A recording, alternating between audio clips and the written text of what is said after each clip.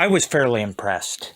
Hey everyone, Templar74 here with another Yu-Gi-Oh video, and today's Yu-Gi-Oh video is going to be my review of the latest episode of Yu-Gi-Oh! Go Rush episode 62, and I gotta be honest with you guys.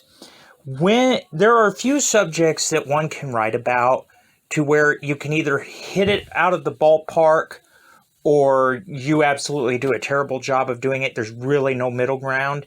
And time travel is one of those genres that's very difficult and tricky to write, and you're basically walking a tightrope. But I think this episode did it fairly well, to be honest with you. But I'll explain soon enough, and I'm rambling, so let's move on to the actual episode. So the entirety of this episode is Yuga, Yuhi, and Yuumu have all been transported back to Yuga's time. Well, forward to Yuga's time, because it's some point in the very distant future. And basically, we see Yuga be reintroduced to one of his old friends that he made along his journey, the one that for some reason decided to always dress like a cat. But anyway, coincidence aside, I think it was all right.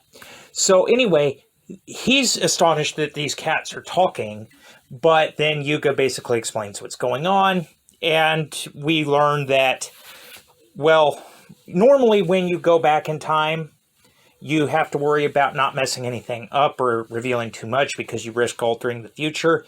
That really doesn't happen here, and basically the premise that Yuumu comes up with is worse from so far in the future.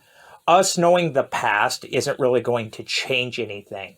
And Yuga's just astonished that his meddling in the time stream hasn't messed anything up. Everything's still happening how it was supposed to happen, which makes you wonder, and the whole premise of the episode is, wait a minute, Yuga had to reinvent rush dueling in the very distant past, and then he had to reinvent it in his own time.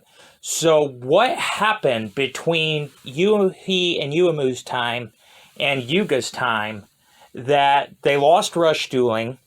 There's no evidence of aliens anywhere on Earth. There's no record of UTS. Just what happened? Did they lose to Phaser? And so they travel to the Goha Corporation to try to figure it out because they keep all the city records. And there is records in the database of Yuhi, Yuumu, and UTS.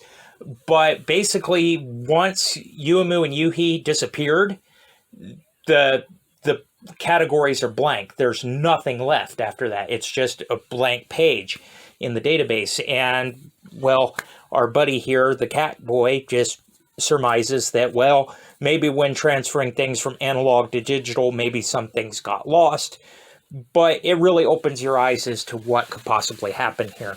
And Yuga's bearing an incredible burden because he's realized that not only has he interfered in the past, but now he's also facing the very real possibility that he created the circumstances for Otis to rise to power in the first place, and that he's basically destroyed the world twice, or come close to destroying the world twice, starting intergalactic wars. Just another day in the neighborhood. So Yuga just basically takes off, and he runs in to Rook. And he actually spends the night at Rook's house. He doesn't say anything to Rook. And basically by the end of the episode, Yuga realizes that eventually he will return to his time. He will see his friends again. So he basically just bids them a temporary farewell, and he heads back off with Yuhi and Yuumu to go back to confront Phaser. And that's pretty much where the episode leaves off. Like I said, time travel is one of those genres that's very tricky to write. You can either do a really amazing job at it or you just completely suck. This episode was pretty decent with how it handled the whole time travel thing. It basically did a good enough job of explaining itself that you could believe that this would actually happen. And I really enjoy that because, again, it is a tricky thing to get right. Overall, I really enjoyed the episode. The emotion was real. There was no rush dueling in it, but that was okay.